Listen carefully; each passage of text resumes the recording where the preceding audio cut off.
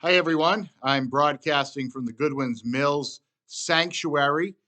So, welcome to this message. It should be airing January 16th. This week's message, I'm not putting out as a public YouTube video. It's more of an internal message. It's more meant for us, the members and the parishioners of Goodwin's Mills, Christ Church Federated, and West Kennebunk United Methodist Church.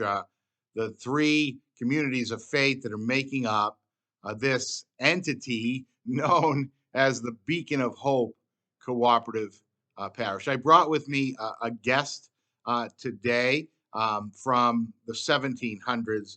It is John Wesley. So, John, say hi to everyone. Yes, this is a John Wesley bobblehead doll. I got it for a great price. I was at one of the New England annual conferences, and he was $20. And that was on day one of the conference. Well, by day four of the conference, he had gone down to $5. So I was able to get John for $5. So I was excited about that. And he's followed me around to the various churches I've served. The reason why I brought John with me today was just to explain that, the world that John Wesley found himself in was a world of nominalism, meaning that he was an Anglican priest in the Church of England.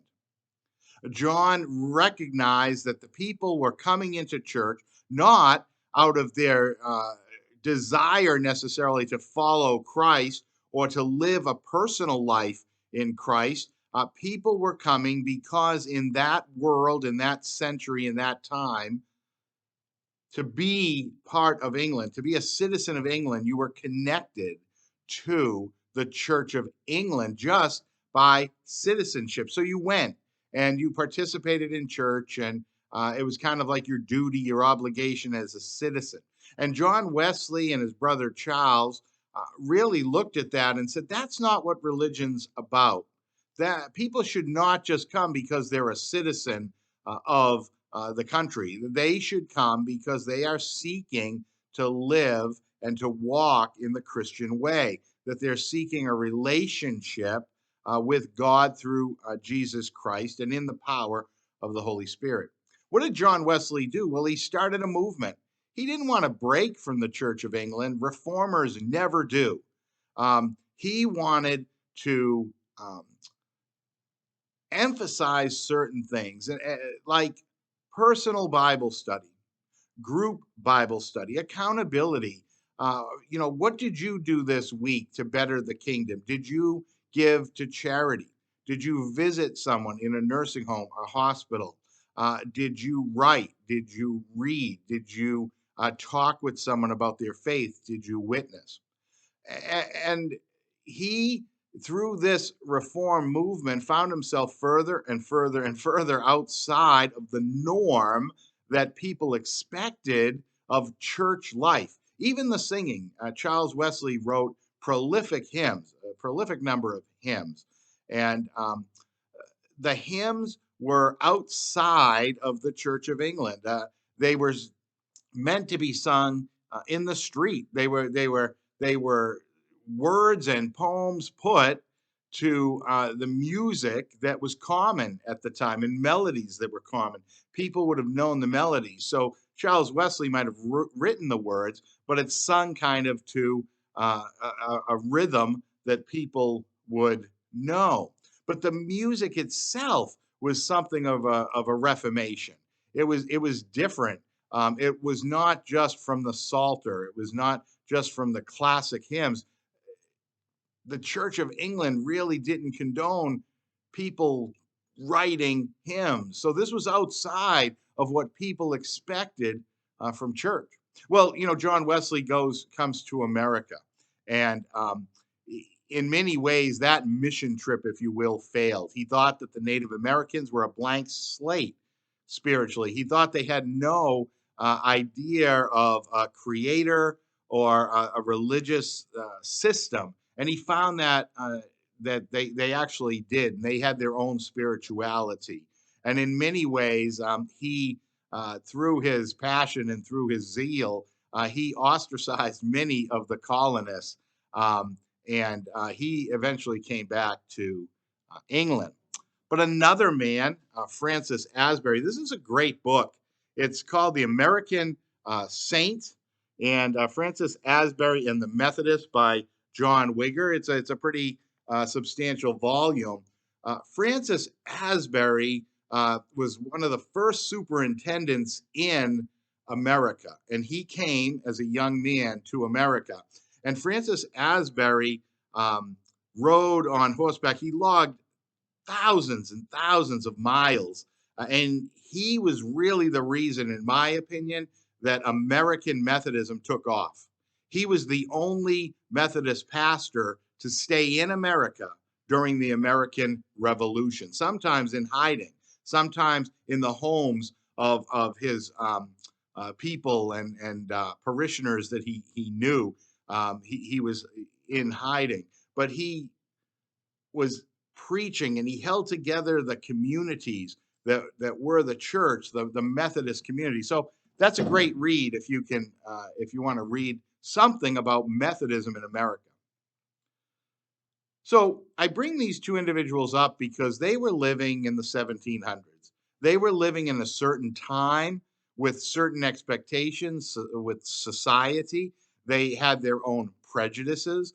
They had their own norms that the society expected them to behave in. And they had their own church system that was very rigid.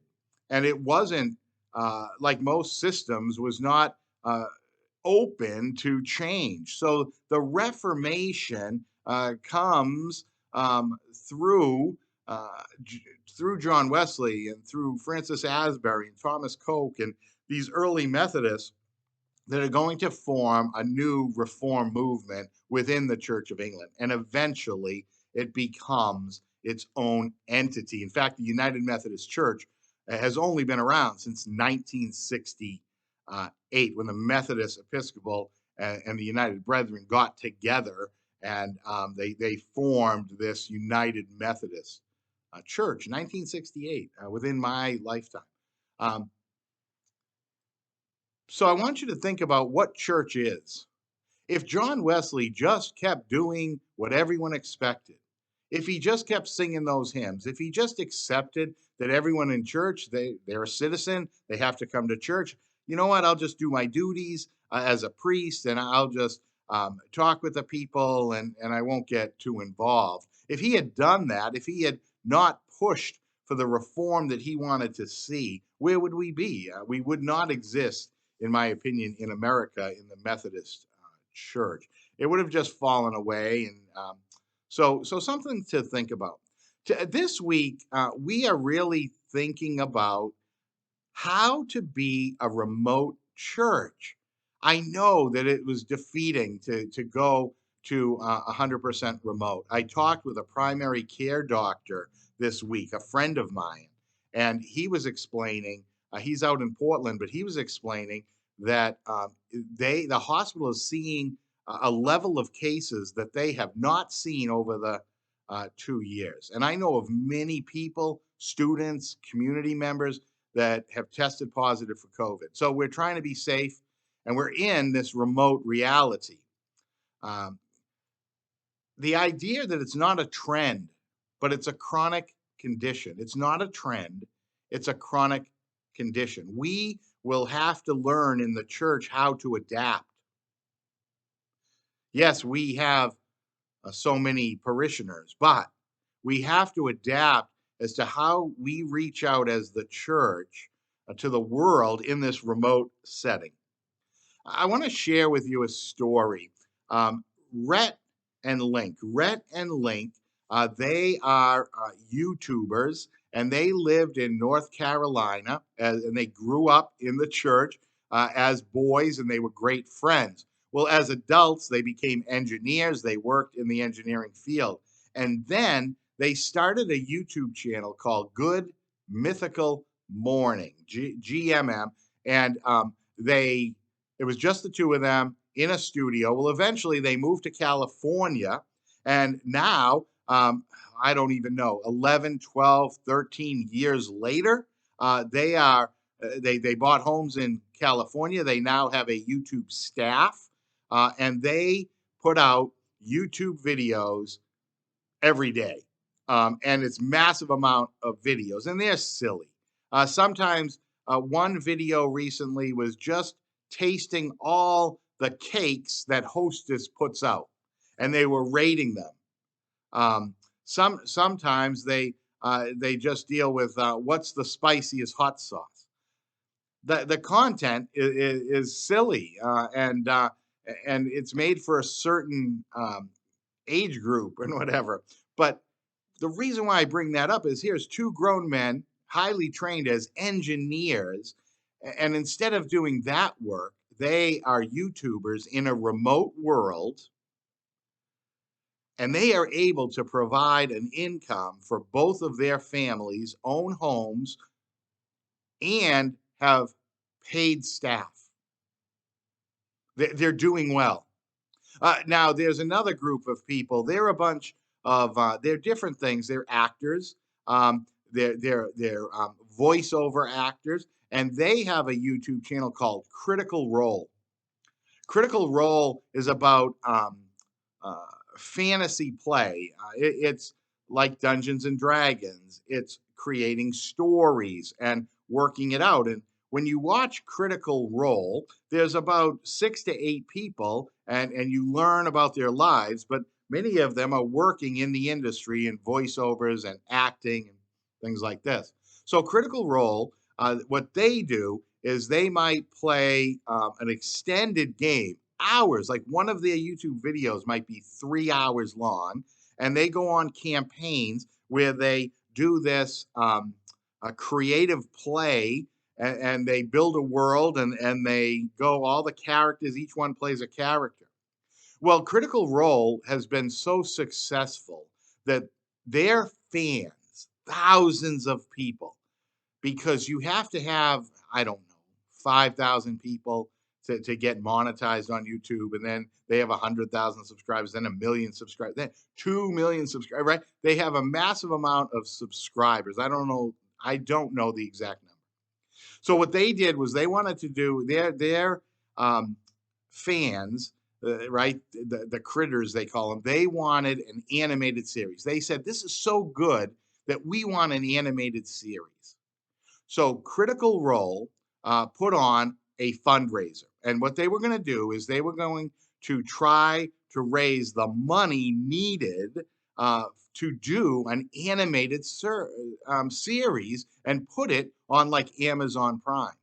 So they needed people, they needed equipment, they used all their talent to do this. They developed characters. So they had a fundraiser online through their Critical Role supporters, which probably age was probably anywhere between 15 or even 14 to maybe 35 or beyond. They're all adult people. 15, let's say 15 to 35 was their audience. I don't know for sure. Well, their goal was X amount, right? Within a couple of days, they raised over $11 million. I want that to sink in. A YouTube channel with about 8 people who are playing fantasy games, developing stories, going on adventures, just sitting at a table talking about it, not even just talking about it as the characters.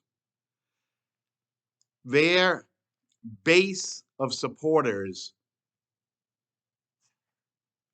put all that money in, over $11 million.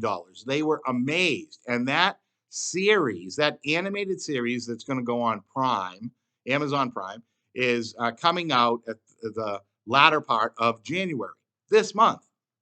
Why do I bring all that up? We are living in a different world.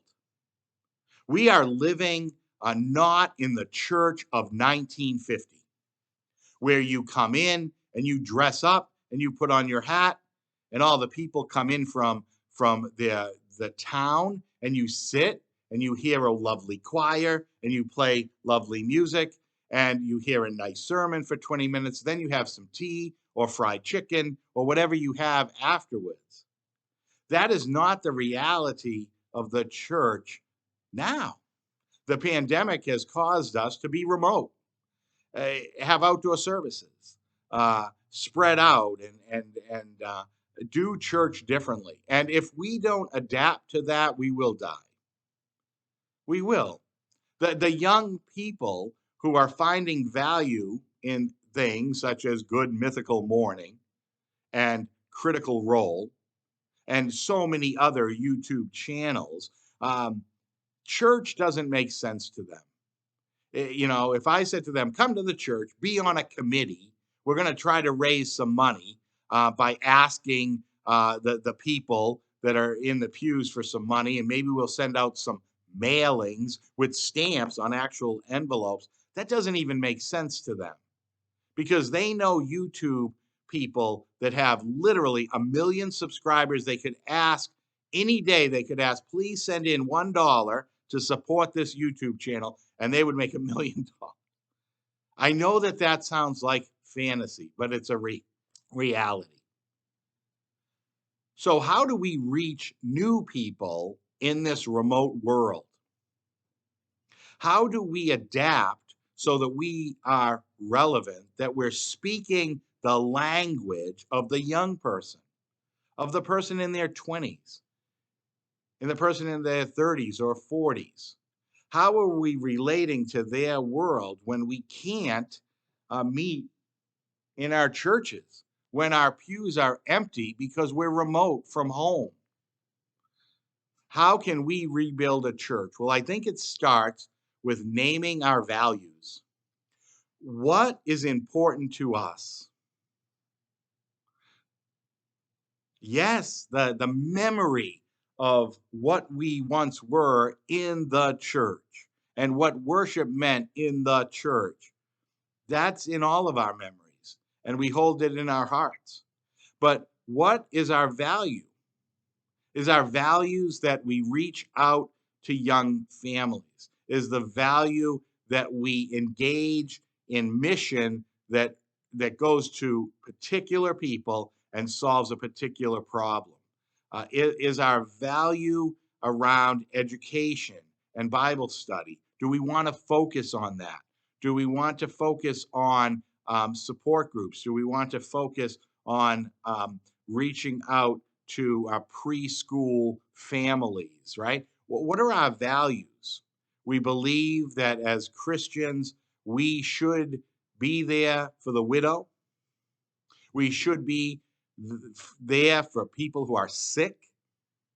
We should be there for people who are hungry or don't have adequate, food, that every day they're food insecure. The kids are going to school hungry because they don't have lunch money, which in this world is about $6 a day. So if you had a child, it's $30 a week, right? 120 a month, right? For some families, that's difficult to come up with, right? So how are we addressing really our values? What is important to us in this remote world? In this world where our buildings aren't as important as our ministries. See, amazingly, right? Good Mythical Morning and Critical Role, yeah, they need a small space, but none of their million subscribers come to them in a physical place. It is all remote and virtual. And I'm not saying that we want to do that. I'm not saying that we want to be totally remote and all of that. But what I'm saying is that this is the world that we are living in. The kids in school might go back to fully remote. That's mean they are in a class 6 hours a day in school, remote from home. They're doing everything electronically, getting their assignments, sending their assignments in. They, because of necessity, because of this ongoing uh, condition of the pandemic, they have to engage in school and learning remotely. So we're going to, over January, February, March, kind of moving into Lent, we're going to be talking in our churches through our laity, through clergy, and we're going to be talking about values. What is important to each church? Where do we want to focus? Because if we do that and it comes out of our passions and our spiritual gifts, then we will find a new group of people that come in, even if it's remotely at first. And we're going to do this work because God calls us to do it. God calls us to be relevant in the society we are in and to change and to adapt. And that's something the church has a lot of difficulty to do, to change or adapt. To be relevant, to share the good news of Christ with others, we need to do it in creative ways. We need to be invitational. One ministry that was working was just a little fellowship group in West Kennebunk, and you have some coffee, and we were experiencing new people coming in. And all they wanted was a cup of coffee and to talk. And we got one person, then another person, then another person, right? How do we do that kind of online? Or how do we do that by building a community? How do we engage in a mission to the hospital or to the food pantry or to the conference, support a conference initiative like UMCOR? How do we do that in a remote world? So it's about our values. What is important to us? It's about us rethinking church. It's about us doing that hard work of asking the hard questions as to how we can be relevant. It is about developing procedures and plans, if you will, on the short term, looking in the long term. It's about starting something. It's about doing something based out of your gifts. See, one individual from their spiritual gifts might want to start an area of ministry. So they start it because they're passionate about it. And they use technology to help them with it. And through technology, all of a sudden they're getting support, they're getting messages out there, they're engaging in a different form of mission and ministry. So I ask you to be open. I ask you to embrace the change that we need to be. I ask you to rethink what's important to you.